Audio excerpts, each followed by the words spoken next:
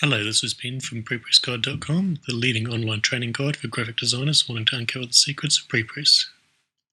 This tutorial is going to cover colour passing. Colour passing is the process of checking and signing off that the colour on a sheet is accurate, and then that sheet will then be a template for all future printing. It's normally done for big, high-end jobs. It's not really done for digital printing or screen printing due to natures in the medium. What will happen is a client or a print broker will decide that they're particularly particular about colour and that they'd like to do a colour pass because they don't trust the printer to do it. Printers don't actually mind this, although it's annoying having a client leaning over your shoulder and making colour adjustments, which is basically your job. They are also passing over the responsibility for getting the colour accurate. As long as the client's happy with it, they will sign it off, and then that sheet will be used for all future printing. The way this is done is a sheet will come out of the press in the middle of the job once it's been running for a few minutes. The client will assess it under a very neutral light that's not blue and not yellow and make sure they're happy with it. Sign a piece of paper and that's the client's job basically done. From the printer's point of view, that colour at that point in the press will be used as a profile for all future printing. So should you, as a starting out graphic designer, be doing the colour pass? No. You should try and avoid it as much as you can.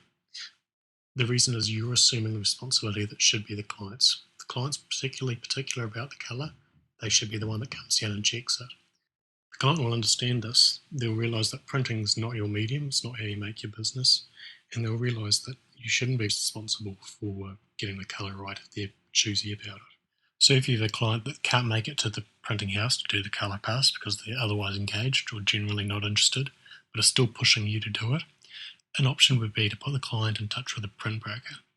Print brokers organise jobs professionally for a living, and they would probably do a colour pass every day just to make sure that their printers, that their clients' work is going through, are doing a great job. Print brokers normally are ex-printers, so they know exactly what they're looking for and can probably diagnose any potential problems quite quickly. Keep in mind that as long as you're using a top quality printing house that uses colour management as a part of their production workflow, you probably don't need to do this. From the moment the press was installed, it was probably colour managed and profiled by the top colour management people in the country. Literally, they actually fly technicians in from overseas for smaller countries just to do colour management on new presses, just to make sure it's accurate. And then that colour will become a profile for that press. So as long as the printer is doing a good job, and it's not last thing on a Friday and they want to go home, or first thing on a Monday and they drink too much on the weekend, you're going to get a good result. And if you don't, you're entitled to return it, as long as you're not the one that signed off the colour as being colour accurate. If the printer's done a rubbish job, talk to the production manager and find out what you can do to get it right. Often it'll just be as simple as reprinting a small section of the job. Thank you for listening to this tutorial. I hope it's covered everything you need to know on the topic. If you'd like to know more, check out the other tutorials that came bundled with this novice edition, or if you'd like to learn a lot more, check out the Freelancer Agency edition on the website. Cheers.